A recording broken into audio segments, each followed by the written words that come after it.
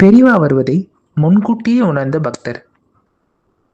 மர்மமும் ஆச்சரியமும். கண்களை மூடி யோசித்து பாருங்கள். நூற்றுக்கணக்கான மைலுக்கு அப்பால் ஒரு நடமாடும் தெய்வம் நடந்து கொண்டிருக்கிறது. ஆனால் உங்கள் வீட்டுக்குள் அந்த அதிர்வு முன்னாடியே வந்து இறங்குது. எந்த விதமான ஃபோன் காலோ தகவலோ இல்லாம பெரியவா வரப்போறார், வாசல்ல கோலம் போடுன்னு ஒருத்தர் சொன்னா அதை நாம என்னன்னு சொல்றது? அறிவியலால் விளக்க முடியாத அற்புதங்கள் ஆயிரம் உண்டு. ஆனா மகாபிரிவா வாழ்க்கையில நடந்த இந்த சம்பவம் கேட்கிற ஒவ்வொருத்தரோட மனசையும் சிலிர்க்க வைக்கும். பெரியவா நேரில் வராமலேயே அவர் வரதை ஒரு பக்தர் எப்படி முன்கூட்டியே உணர்ந்தார்? அந்த அற்புத தருணத்தை தான் இன்னைக்கு நம்ம பார்க்க போறோம். இந்த வீடியோவை கடைசி வரைக்கும் பாருங்க. யாரும் ஸ்கிப் பண்ணிட்டு போயிடாதீங்க. இப்போ வாங்க வீடியோக்குள்ள போலாம். அந்த எளிய பக்தரின் நம்பிக்கை. அந்த கிராமத்துல ராமநாதன் அப்படின்னு ஒரு எளிமையான பெரியவா பக்தர் இருந்தார். அவருக்கு பெரியவா மேல அளவு கடந்த பக்தி. தினமும் காலையில எழுந்ததும் பெரியவா படத்துக்கு முன்னாடி நின்று, பெரியவா, என் வாழ்நாள்ல ஒரு தடவையாவது நீங்க என் வீட்டு வாசல்ல காலடி எடுத்து வைக்கணும் அப்படின்னு வேண்டிப்பார். அப்போதெல்லாம் காஞ்சி மடத்துல இருந்து பெரியவா தங்கி இருக்கிற இடம் தகவல்கள் மெல்லதான் பரவும். ராமநாதனின் ஊர் மிகவும் தொலைவில் உள்ள ஒரு சிறிய கிராமம். அங்கே பெரியவா வருவார் என்பதற்கான எந்த அறிகுறியும் இல்லை. ஆனா பக்தியின் உச்சத்தில் இருப்பவர்களுக்கு தான் அந்த தெய்வீக அழைப்பு கேட்கும் போல. அந்த விசித்திரமான காலை பொழுது. அன்று அதிகாலை 4 மணி. ஊரே அமைதியா தூங்கிட்டு இருக்கு. ராமநாதன் திடீரென்று பதறியடிச்சு எழுந்து உட்காருகிறார். அவர் உடல் முழுக்க ஒரு புதுவிதமான சிலிர்ப்பு. வீடு முழுக்க ஏதோ ஒரு நறுமணம். வெட்டிவேர், திருநீர், புனுகு கலந்த ஒரு தெய்வீக வாசனை கமழுது.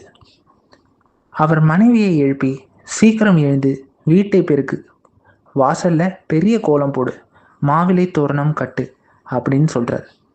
மனைவி குழப்பத்தோட, என்னங்காச்சு உங்களுக்கு? அதிகாலை என்ன பேச்சுது? யார் வரப்போறா அப்படின்னு கேட்குறா. ராமநாதன் கண்களில் கண்ணீரோட சொல்றார், பெரியவா வரார். எனக்குள்ள ஒரு குரல் கேட்குது.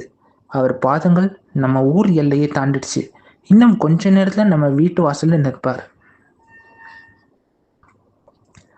ஊராரின் ஏளனமும் காத்திருப்பும்.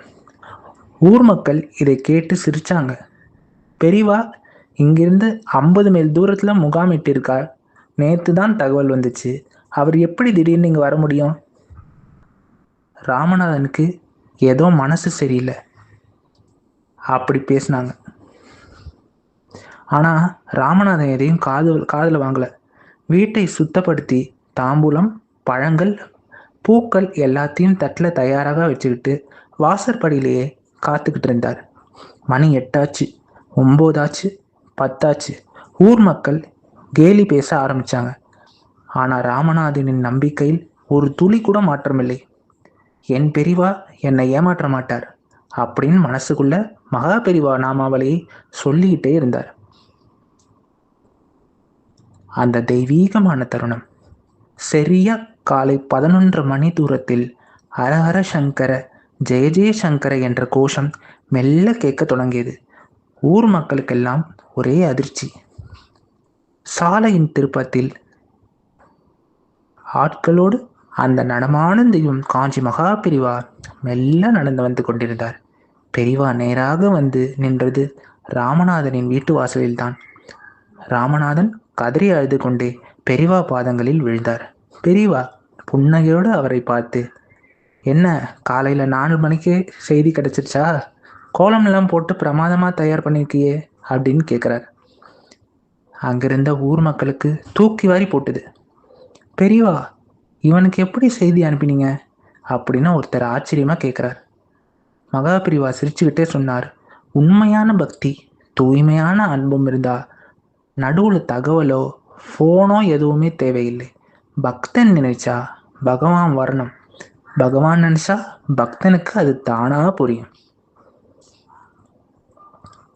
பார்த்தீங்களா, இறைவனுக்கும் பக்தனுக்கும் இடையிலான தொடர்புங்கிறது வார்த்தைகளாலோ தூரத்துக்கோ அப்பாற்பட்டது.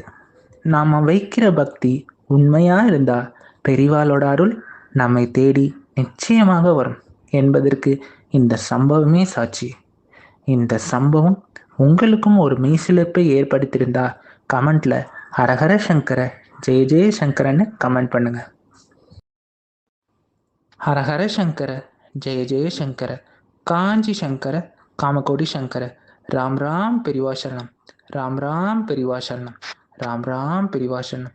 இந்த மாதிரி நம்ம சேனலில் வீடியோஸ் பார்க்கணுன்னா நம்ம சேனலில் லைக் பண்ணுங்கள், சப்ஸ்கிரைப் பண்ணுங்கள், ஹைப் பண்ணுங்கள், பெல் ஐக்கானை கிளிக் பண்ணுங்கள். பெரிவாளோட ஆசீர்வாதமும் பெரிவாளோட அருளும் எப்போதும் எல்லோருக்குமே இருக்கும். நன்றி.